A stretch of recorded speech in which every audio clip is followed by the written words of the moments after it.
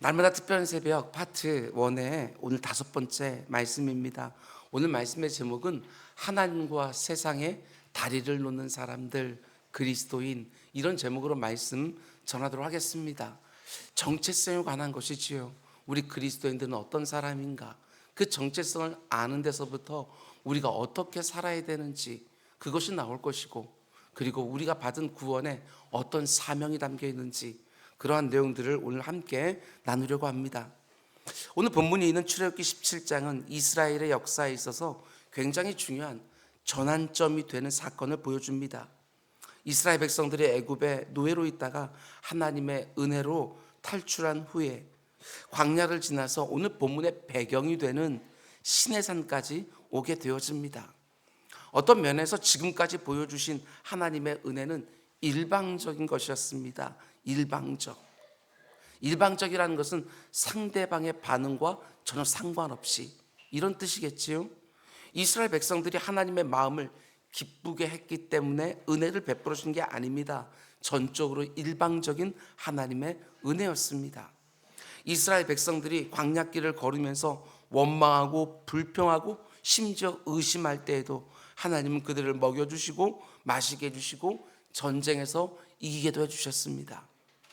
시내산에 오기 전까지 이스라엘 백성들이 알고 있던 하나님은 우리의 먹고 마시는 문제나 해결해 주시고 어려울 때 지켜주시는 이방신과 크게 다를 바가 없는 하나님이었습니다. 그러나 시내산에서부터 하나님은 이스라엘 백성들을 왜 구원해 주셨는지 그 목적을 본격적으로 말씀해 주시는 걸 보게 되어집니다. 지금까지는 일방적으로 구원해 줬지만 그 구원 속에 담겨져 있는 하나님의 마음이 무엇인지, 너희들이 구원받은 자로서 이제는 어떻게 살아야 되는지, 그런 것들을 본격적으로 말씀해 주시지요.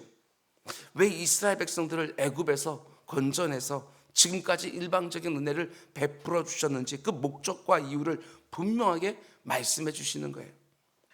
시내산에서 하나님은 이스라엘을 공식적으로 너희는 내 백성이다 선포하십니다. 그리고 한 가지 조건을 말씀하시는데 5절에 나오지요. 세계가 다 내게 속하였나니 너희가 내 말을 잘 듣고 내 언약을 지키면 너희는 모든 민족 중에서 내 소유가 되겠고, 이제 언약이 체결되는 것입니다. 그것을 가리켜 신학자들은 시내산 언약 이렇게 부르지요. 너희가 내 말을 잘 듣고 나와 맺은 언약을 신실하게 지키면 너희는 모든 민족들 가운데서 나의 소유가 될 것이고 나의 택한 백성이 될 것이다. 그 언약을 맺어주십니다.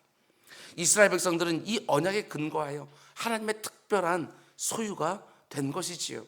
그리고 하나님이 이스라엘 백성들을 구원하여 자신의 소유로 부르신 이유가 바로 이 언약 속에 담겨 있는 것을 보게 되었습니다.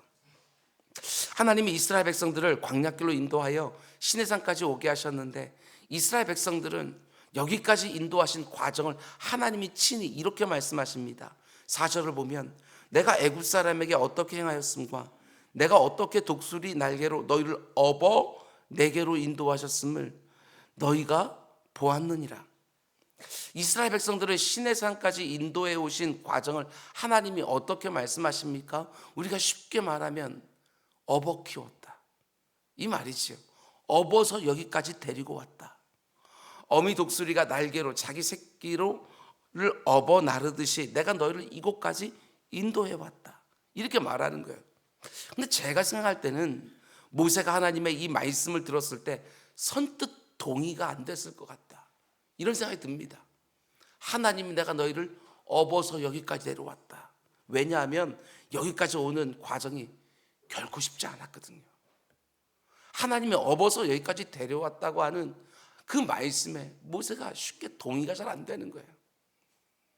모세가 지금까지 있었던 일을 돌아볼 때 그 과정 정말 녹록지 않았습니다. 애굽을 나올 때에도 쉽게 나온 것이 아니라 바로 왕과 목숨을 건 싸움을 해야만 했습니다. 바로 왕이 애굽 온 땅이 많은 재앙들을 보면서 이제 너희들이 원하는 곳으로 가라 허락해 놓고도 또 하루가 지나면 마음이 또 바뀝니다. 그러기를 여러 차례 하지요. 마지막 장자의 재앙 앞에서 애굽 왕 바로가 더 이상 버티지 못하고 이스라엘 백성들을 내보내 줍니다. 그런데 엄청난 군대를 이끌고 곧바로 이스라엘 백성들을 다시 잡으려고 쫓아오지요.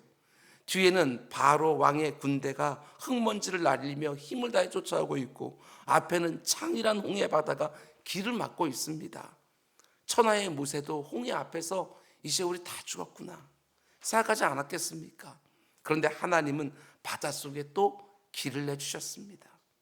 홍해를 건넌 후에도 이제는 애굽의 군대에 죽을까 하는 걱정은 없습니다. 그런데 이제부터는 이스라엘 백성들이 문제입니다. 걸핏하면 원망하고 불평하고 모세를 심지어 죽이려고 합니다. 그런 사람들을 때로는 달래고 때로는 책망하고 때로는 격려하면서 정말 힘겹게 지금 시내산까지 온 거예요. 모세가 볼 때는 절대로 평안한 여정이 아니었습니다. 그런데 시내산에 도착했을 때 하나님이 이렇게 말씀하셔요. 어미 독수리가 그 날개로 자기 새끼를 업어 나르듯이 너희를 이곳까지 내가 인도해 왔다. 이 말씀만 놓고 보면 어미 독수리가 자기 새끼를 꽉 움켜쥐고 바람을 타고 유유히 쭉 하늘을 나는 장면, 그런 게 연상되지 않습니까? 그래서 모세가 쉽게 동의할 수가 없었던 것이지요. 굉장히 힘들었으니까. 근데 모세가 하나님의 이 말씀을 광야 생활을 거의 끝마칠 때쯤 되어서 제대로 이해한 것처럼 보여집니다. 독수리가 그 날개로 자기 새끼를 업어 나르듯이 이곳까지 인도해 주셨다는 하나님의 말씀이 그저 유유히 평온하게 왔다는 말씀이 아니라 독수리가 자기 새끼들을 훈련시키는 방법, 그걸 하나님이 말씀하셨다는 것을 깨닫게 되어지는 것이지요. 우리가 이 부분은 익히 들어서 잘 알고 있습니다. 신명기 32장에서 모세는 이렇게 고백합니다. 여호와께서 그를 이스라엘을 황무지에서 짐승이 부르짖는 광야에서 만나시고 호위하시며 보호하시며 자기의 눈동자같이 지키셨도다. 그러면서 또 무엇을 하셨느냐? 마치 독수리가 자기의 보금자리를 어지럽게 하며 자기의 새끼 위에 너풀거리며 그의 날개를 펴서 새끼를 받으며 그의 날개 위에 그것을 엎는 것 같이 여호와께서 홀로 그를 인도하셨고 그와 함께한 다른 신이 없었도다. 모세는 지금 독수리가 자기 새끼들을 훈련시키는 방법을 말하고 있는 거예요. 독수리는 사람들의 발길이 닿지 않는 높은 절벽의 둥지를 틀고 거기서 새끼를 낳고 키우는데, 때가 되었으면 독수리가 그 둥지를 흔듭니다. 절벽에 매달려 있는 그 둥지를 흔드는 거예요. 그리고 새끼 위쪽에서 힘을 다해서 날개를 퍼덕이는 거예요. 잘 있는 새끼들을 둥지를 흔들고 날개를 흔들어서 그 둥지에서 저 절벽 아래로 떨어지게 만들지요. 아등바등 안 떨어지려고 해도 어미 독수리는 정말 냉정하게 자기 새끼들을 끝도 안 보이는 아득한 절벽 아래로 떨어지게 하는 거예요. 당연히 새끼들은 떨어지면서 어떻게든지 죽지 않으려고 하는 본능으로 힘을 다해 날갯짓을 합니다. 한 번도 날아본 적이 없으니까 그 날갯짓은 어색할 수밖에 없고 계속해서 떨어지기만 하는 거예요. 그러면 어미 독수리는 잘 지켜보다가 땅에 부딪히기 직전에 쏜새같이 달려와서 자기 새끼를 등에 태우는 것이지요. 그리고 다시 둥지 위로 올라가는 거예요. 그 새끼들이 살았다고 안도하는 순간 어미 독수리가 다시 그 새끼들을 절벽 아래로 또 떨어뜨려요. 그런 과정을 몇 번이나 반복하면서 새끼들은 독수리의 날갯짓을 배웁니다. 바람을 타는 법을 배우고 유유히 하늘을 나는 공중의 제왕으로 성장하게 되어지는 것이지요. 그냥 저절로 공중의 제왕이 되는 게 아닙니다. 이런 혹독한 훈련을 통해서 진짜 독수리가 되는 거예요. 어미 독수리가 자기 새끼들을 훈련시키는 과정, 그게 바로 하나님이 이스라엘 백성들을 광야길에서 하신 것과 똑같다, 이렇게 말씀하시는 것이지요. 지금 모세가 여러분과 저에게 이런 말을 하는 것입니다. 참 놀랍고 두려운 말이지요. 하나님이 여러분과 저를 둥지에서 떨어뜨리실 때가 있다. 의도를 가지고 잘 살고 있는 나를 흔드실 때가 있다. 우리를 한 번씩 고생시킬 때가 있다. 근데 그 고생은 그냥 우리가 넉넉히 내 힘으로 이길 수 있는 그런 고생이 아니라, 야, 이러다 정말 죽겠구나, 이렇게 생각하는 순간도 인생 곳곳에 있다는 거예요. 그런 자기 새끼가 절벽 아래로 맥없이 떨어질 때 어미 독수리가 한순간 놓치지 않고 지켜보는 것처럼 하나님도 내가 그런 고난과 시련 중에 있을 때 한순간도 놓치지 않고 나를 지켜보고 계신다. 그리고 결정적인 순간에 하나님의 방법으로 개입하시지요. 독수리가 새끼를 업고 다시 둥지로 올라가는 것처럼 하나님이 반드시 나를 구원해 주신다. 그런 과정을 통해서 어미 독수리가 자기 새끼들을 공중의 제왕답게 만들어가는 것처럼 하나님도 그런 과정을 통해서 여러분과 저를 정말 하나님 백성답게 만들어 가신다. 저절로 만들어지는 것들이 아니라 이런 혹독한 훈련과 연단의 과정이 있다. 그거 잊지 마라 말씀하시는 거예요. 근데 중요한 것은 그렇게 훈련하고 고생시키는 데는 하나님의 분명한 목적이 있다는 것이지요. 독수리도 자기 새끼를 절벽 아래로 떨어뜨릴 때는 분명한 목적이 있는데 어떻게 하나님이 자신의 자녀들을 혹독하게 훈련시킬 때 분명한 목적이 없겠는가? 자기 새끼들이 공중의 제왕으로 자라나기를 바라는 목적이 있기 때문에 어미 독수리가 그렇게 혹독한 훈련을 시키는 것처럼 하나님도 마찬가지라는 것입니다. 하나님이 내 삶의 둥지를 흔들고 나를 고통 가운데 지나가게 하실 때는 분명한 목적이 있다. 이게 우리 믿음이지요. 그러면 하나님이 자기 백성들을 훈련시킬 때 그 목적이 무엇입니까? 오늘 본문 5절과 6절 말씀을 다시 보면 이렇게 말씀합니다. 세계가 다 내게 속하였나니 너희가 내 말을 잘 듣고 내 언약을 지키면 너희는 모든 민족 가운데서 내 소유가 되겠고 너희가 내게 대하여 제사장 나라가 되며 거룩한 백성이 되리라. 제사장 나라와 거룩한 백성이 되어지는 것, 그게 하나님의 목적이라는 거예요. 근데 그것이 저절로 되어지는 것이 아니라 정말 혹독한 훈련, 연단이 필요하다. 하나님 그걸 아시는 것이지요. 여러분과 제가 제사장 나라가 되고 거룩한 백성으로 이 땅을 살아가는 것, 그게 바로 하나님이 우리를 고난 속에 밀어 넣으시고 훈련시키시고 연단시키실 때 가지고 계신 목적이라는 거예요. 여기 보면 온 세계가 다 내게 속했다 하나님 말씀하시는데, 다르게 표현하게 되어지면 하나님이 온 세상과 모든 인생들을 사랑하신다. 우리 이렇게 말할 수 있어요. 다 하나님께 속해 있는 거예요. 하나님의 사랑에서 벗어난 민족도 없고 사람도 없다. 그런데 하나님이 온 세상을 사랑하신다는 것을 전달하기 위하여 선택된 백성들, 그게 바로 이스라엘 백성들이라고 말씀하시는 거예요. 그게 바로 제사장 나라라고 하는 말 속에 담겨져 있는 의미지요. 너희는 나의 제사장 나라다. 온 세상에서 택한 제사장들이다. 근데 이스라엘 백성들이 오해하지요. 우리는 하나님의 제사장 나라다. 우리는 특별하다. 우리는 너희들과 다르다. 그러면서 자기들만 하나님의 사랑을 받는 민족이라고 생각하고 이방인들을 무시했지만 아니라는 것입니다. 하나님의 원래 의도는 그런 게 아니었다는 거예요. 이스라엘을 제사장 나라로 삼아서 온 세상을 복되게 하는 것, 그게 바로 이스라엘을 제사장 나라로 세우신 하나님 목적이라는 거예요. 잘 들으셔야 됩니다. 하나님이 왜 제사장이라고 하는 직분을 세웁니까? 자기 하나 잘 살라고 제사장의 직분을 주시는 게 절대로 아니라는 거예요. 자기 하나 신앙생활 잘하면서 하나님의 복을 독점하라고 주신 직분이 절대로 아니라는 것이지요. 하나님의 복을 모든 사람들에게 잘 전달해 주기 위하여 복을 빌어주라고 세운 직분, 그게 바로 제사장이에요. 복의 통로가 되라고. 하나님과 다른 민족들을 연결해서 온 세상이 하나님의 복을 경험하고 누리게 하기 위하여 먼저 복되게 하신 사람들, 그들이 제사장들이라는 거예요.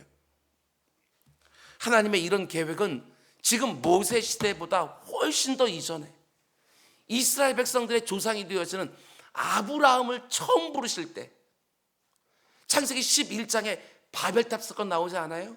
그때 하나님께서 그 인생들을 다 흩어버렸어요. 11장에서. 그리고 12장이 딱 시작되자마자 한 사람을 딱 선택을 하는데 그게 아브라함을 통해서 새로운 민족을 만드는 거예요. 이스라엘 백성들. 그래서 아브라함은 그들의 조상이 되어지는 것이지요. 근데 아브라함을 맨 처음 부르실 때 하신 말씀이 뭐냐? 그 아브라함 부르실 때 주셨던 그 말씀이요, 지금 이스라엘 백성들로 쭉 이어지는 거 아니겠어요? 우리가 잘 아는 말씀이에요. 내가 너로 큰 민족을 이루겠고 네게 복을 주어 네 이름을 창대하게 하리니 너는 복이 될지라. 너를 축복하는 자에게 내가 복을 내릴 것이고 너를 저주하는 자에게 내가 저주할 것이고 땅의 모든 족속이 너로 말미암아 복을 얻을 것이다. 이게 아브라함을 처음 부르시면서 주신 말씀이에요. 하나님이 이스라엘의 조상 아브라함을 부르실 때부터 가지고 계셨던 계획이 지금 모세 시대로 이어지고 있는 거예요. 이스라엘 백성들을 향한 하나님의 계획으로 이어지는 것이고 신약 시대에 와서는 구원받은 모든 성도들로 이어지고 있는 거예요. 그래서 베드로 사도가 이렇게 말하지 않습니까? 너희는 택하신 족속이에요.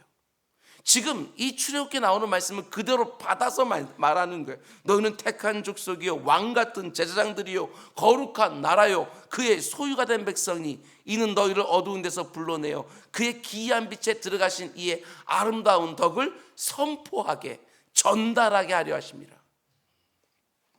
그러니까 하나님이 일련의 사람들을 택해서 온 세상을 복되게 하시겠다고 하는 하나님의 계획은 아브라함 때부터 지금 우리가 살고 있는 이 시대까지 변치 않는 계획이라는 거예요.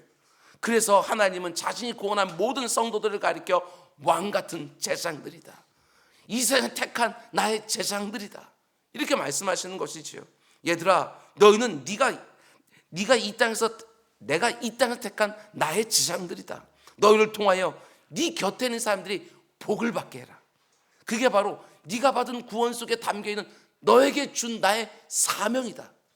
이렇게 말씀하시는 거예요. 어때요, 여러분? 여러분 주변 사람들에게 여러분이 복이 되고 계십니까? 그걸 오늘 새벽에 생각해 봐야 되는 거예요. 내 주변에 있는 사람들에게 복이 되라고 하나님이 나를 선택해 주시고 나의 소유라고 말씀하시고 재산이라고 말씀하시는데 내가 그 사명 제대로 감당하고 있는가? 그저 나 한 사람 구원받은 것으로 족한 것으로 여기고 있는 것은 아닌가 생각하라는 거예요. 여러분 참 재밌는 것은요, 제사장이라는 단어가 라틴어로 폰티펙스라고 하는 단어거든요. 그 말의 뜻은요, 다리를 놓다, 다리를 놓는 사람들, 이런 뜻이에요. 제사장은요, 다리를 놓는 사람이에요. 하나님과 세상 사이에 쑥 들어가서 연결시켜 다리를 놓는 사람들, 복의 근원이 되시는 하나님과 그냥 내버려 두면 죽을 수밖에 없는, 형벌을 받을 수밖에 없는 이 세상사에 다리를 놓아서 하나님의 그 구원의 복이, 하나님 안에 있는 그 각양 복이 흘러가게 하기 위하여 하나님이 이스라엘 백성들을 자기 백성으로 택하시는 것이고 그 사명을 이제 모든 구원받은 성도들에게 주고 계시는 거예요. 그런 면에서 여러분, 우리가 하나님께 복을 받을 때 그 복은요, 무엇이든지 나만을 위한 것이 되어서는 절대로 안 된다. 그러라고 우리를 복 주시는 게 아니에요. 하나님이 우리를 복의 마지막 종착점으로 부르시는 게 아니라는 것입니다. 하나님이 나에게 어떤 복을 주시든지 그걸 내 울타리에 딱 가둬놓고 있으면 절대로 안 된다. 전달해 주라고 하나님이 그 복을 주신 거예요. 우리가 구원의 복음을 먼저 들은 것도 그 복음을 다른 사람에게 전달해 주라고 하는 사명이 그 안에 담겨 있는 거예요. 그 사명 감당 충성스럽게 하고 있는가?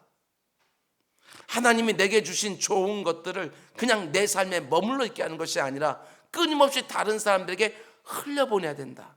그게 바로 하나님이 여러분과 저에게 복을 주시는 이유라는 거예요. 여러분, 그리고 그렇게 우리가 흘려보내면서 살아야 나의 영혼이요, 생명력을 유지할 수 있어요. 이 세상은 움켜잡아야 정말 사는 것처럼 산다 이렇게 말하지만 우리 성도들은 그렇지 않아요. 우리 성도들은요, 흘려보내야 생명력 있는 삶을 살게 되었습니다. 여러분, 물이 어때요? 물은 고여있으면 썩어요. 흘러가야 되는 거예요. 여러분과 저의 몸도 마찬가지 아닙니까? 우리 몸도요, 피가 돌아야 그 가운데 속에 생명이 사는 거예요. 피가 흐르지 않고 딱 머물러 있으면 온몸에 심각한 문제를 일으키지요. 고여있는 피가 우리의 생명을 위협하는 것처럼 다른 사람들에게 전달되지 않는 하나님의 복들도 우리의 영적 생명을 위협하는 거예요. 교회도 마찬가지예요. 하나님이 주신 복을 우리 교회 안에만 딱 가둬놓고 있으면 교회의 성명도요, 위협받아요. 하나님이 우리 교회에 주신 각양 좋은 것들을 끊임없이 세상에 흘려보낼 때 그때 교회가 생명력을 유지할 수 있어요. 그래서 어떤 분들은 그리스도인들의 직업은 유통업이다 이렇게 말합니다. 우리가 어떤 직업을 가지고 있든지 우리의 본질적인 직업은 유통업이다. 여러분, 저는 그 말이 100번 맞다고 생각합니다. 여러분과 제가 제조업자는 아니잖아요. 우리는 뭔가 근사한 것을 내 스스로 만들 수 있는 사람들이 아니에요. 우리는 능력도 복도 사랑도 만들 수 있는 제조업자가 아니에요. 그런데 받은 것은 전달해 줄 수 있어요. 내가 하나님께 받은 것, 내가 하나님께 경험한 것, 그것을 이 세상에 유통하는 다리를 놓는 사람들, 그게 바로 그리스도인들의 직업이라는 것이지요. 근데 그렇게 유통하다 보면 어떤 일이 내게 일어납니까? 내가 하나님께 받은 것을, 받은 좋은 것들을 계속해서 유통하다 보면 그 좋은 것들이 내 인격과 내 삶에 배이게 되어지는 거예요. 향수를 파는 사람이 내 손에 향기가 묻어나는 것처럼 그리스도인들도 하나님의 좋은 것들을 유통하다가 그 좋은 것들이 내 인격과 내 삶에 배이는 거예요. 그게 진짜인 거예요. 하나님의 선하심을 유통하다가 그 선하심에 내 인생이 물들어서 내가 점점 선한 사람이 되어가요. 하나님의 사랑을 유통하다가 그 사랑에 내 인생에 물들어서 내가 점점 사랑의 사람이 되어가는 거예요. 하나님이 내게 주신 복들을 힘을 다해서 유통하다가 내 인생에 하나님의 복들이 물들어서 내가 점점 복된 인생이 되어가는 거예요. 이게 유통업자에게 주는 하나님께 주신 은혜지요. 하나님이 내게 주신 각양 좋은 것들을 잘 유통하는 사람들이 되기를 바랍니다. 그게 바로 하나님이 여러분과 저를 부르신 목적이에요. 한 가지가 더 있습니다. 여러분과 제가 제사장으로 하나님과 세상을 연결하는 다리로 이 땅을 살기 위해서 하나님께 반드시 요구하는 것이 있는데 그게 바로 거룩이라는 거예요. 성결한 삶을 요구하시는 거예요. 특별히 제사장들에게 요구되어지는 것이 거룩 아니겠습니까? 거룩하지 않으면 하나님께 쓰임받을 수가 없어요. 하나님이 주신 것들을 오염시키지 않고 잘 유통해야 되는데 내가 거룩하지 않으면, 깨끗하지 않으면 나를 통해서 흘러가는 것은 다 오염되어지는 거예요. 이걸 잘 보셔야 돼요.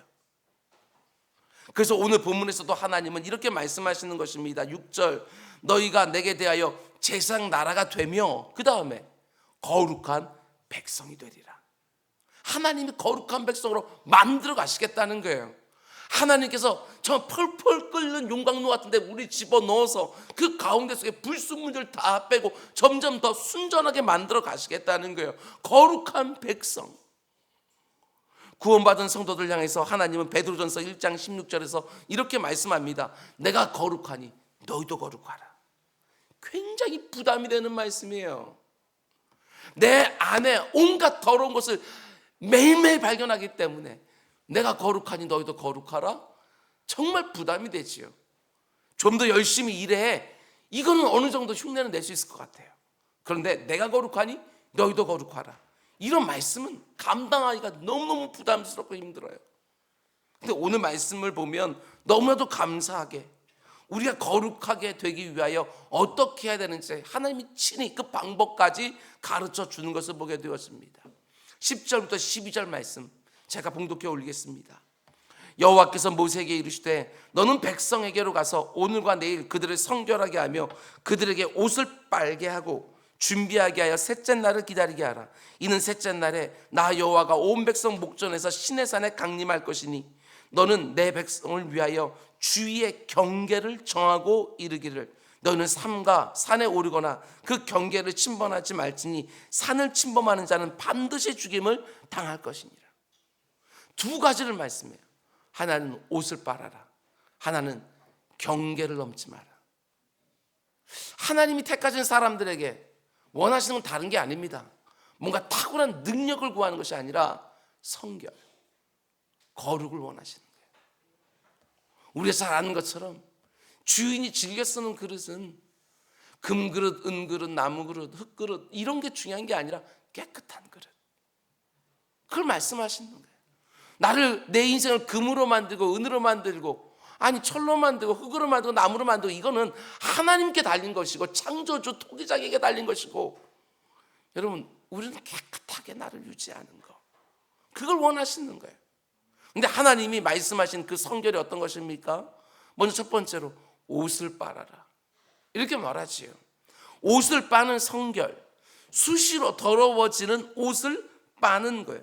옷을 빤다는 것은 내 이 더러움을 인식하는 것이고, 그 더러움 때문에 마음 아파하면서 옷을 빠는 거예요. 끊어내야 될 것을 끊어내는 것, 그게 성결이지요.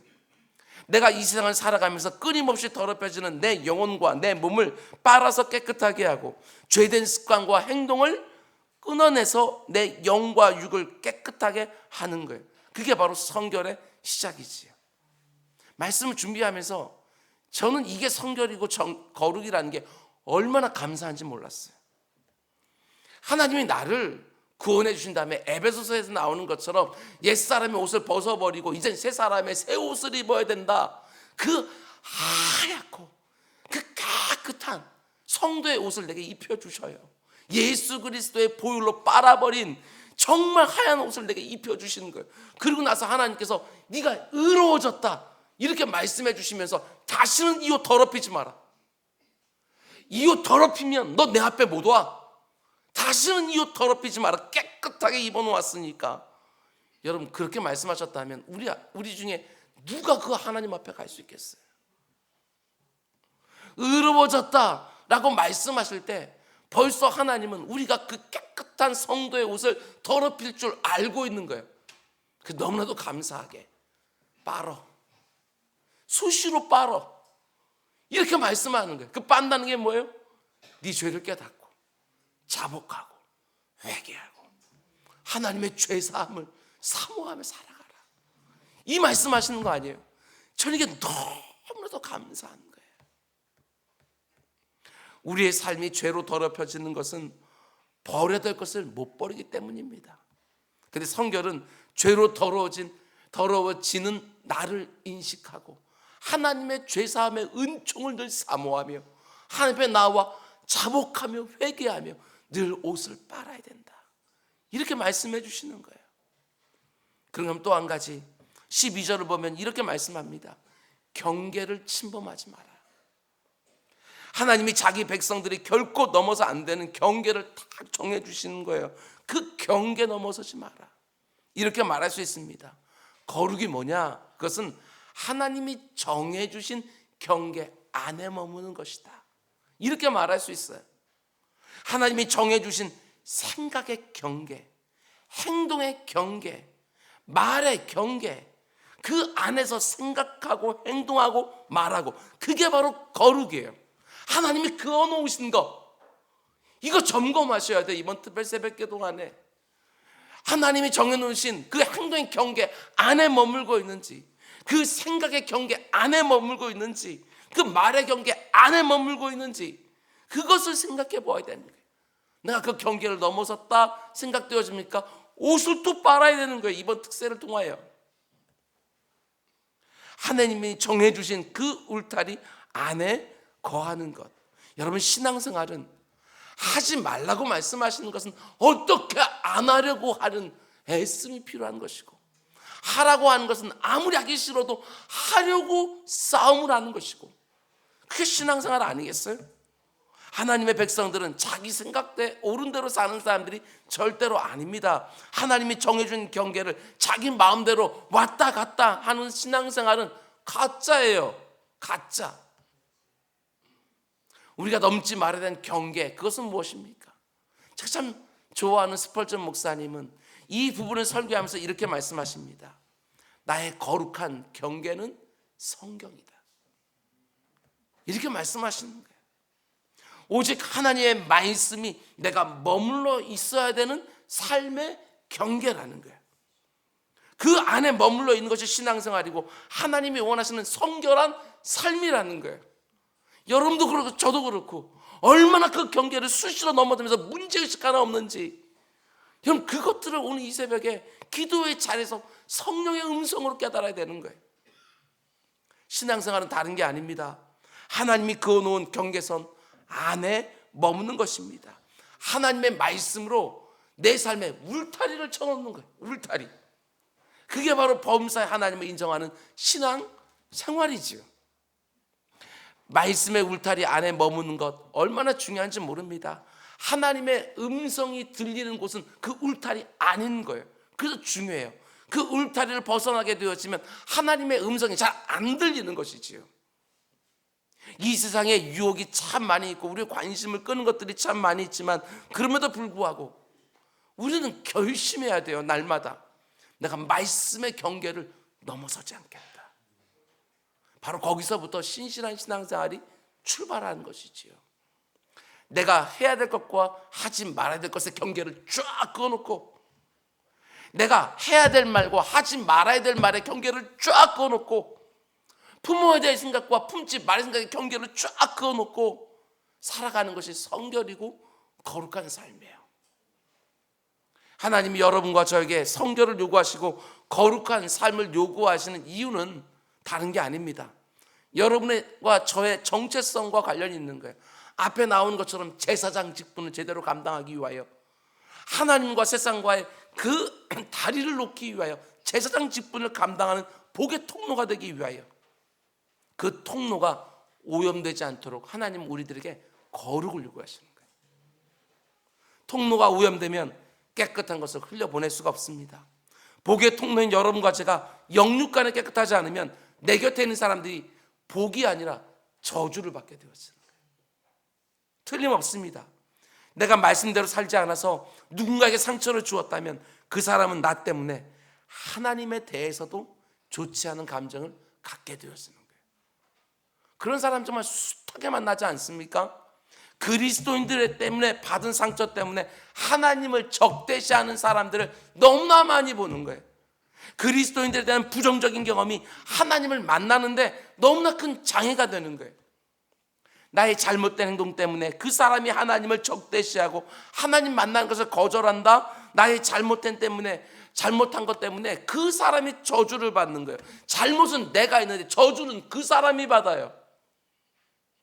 혹시 이런 일들이 내 가정에서 이루어지고 있지 않은지 우리는 정말 진지하게 생각해 봐야 되는 거예요. 하나님의 복을 먼저 받은 여러분과 저에게 너무나 막중한 책임이 있다는 거 꼭 기억하셔야 됩니다. 내가 어떻게 사느냐에 따라서 내 가족과 내 이웃과 내 동료가 복을 받기도 하고 저주를 받기도 해요. 이 사실을 우리가 엄중하게 한다면 어떻게 하고 싶은 말 다 할 수 있겠어요? 어떻게 이 세상 사람들 똑같처럼 내가 옳다고 생각하게 되어지면 수단과 방법은 상관없는 것처럼 살 수 있겠냐고요. 나에게 이익이 된다고 한다면 무슨 일 다 할 수 있는 것처럼 우리가 어떻게 살 수 있겠냐고요. 나 때문에 누군가가 복을 받기도 하고 저주를 받기도 하는데, 하나님이 여러분과 저의 신앙과 인격을 훈련시키는 이유는 바로 여기에 있습니다. 어미 독수리가 새끼 독수리를 훈련시키는 것처럼 이런저런 고난과 시련으로 하나님이 나를 훈련시켜서 나를 하나님 백성답게 만들어 가시고 하나님의 말씀으로 내 삶의 경계를 쫙 그어서 내 삶이 방종으로 흐르지 않도록 보호해 주시는 거예요. 그래야 여러분과 제가 복의 통로로 이 세상을 살게 되는 것이지요. 하나님이 여러분과 저를 자신의 거룩한 제사장들로 부르셨기 때문에 내 입에서 나가는 모든 말들과 내 손과 발로 행하는 모든 행동들은 너무너무 중요합니다. 나 때문에 한 사람이 하나님께 가까이 나갈 수도 있고, 나 때문에 한 사람이 하나님부터 오랫동안 멀어질 수도 있어요. 여러분과 저의 삶의 무게가 결국 가볍지 않습니다. 여러분의 삶과 인격과 신앙을 통해서 하나님의 선하심이 유통되기를 원합니다. 하나님의 사랑이 유통되고 하나님의 복이 유통되는, 하나님의 부르심 속에 담겨있는 목적대로 제대로 살아가는 우리 모두가 다 될 수 있기를 주님의 이름으로 축원을 드립니다. 기도하겠습니다.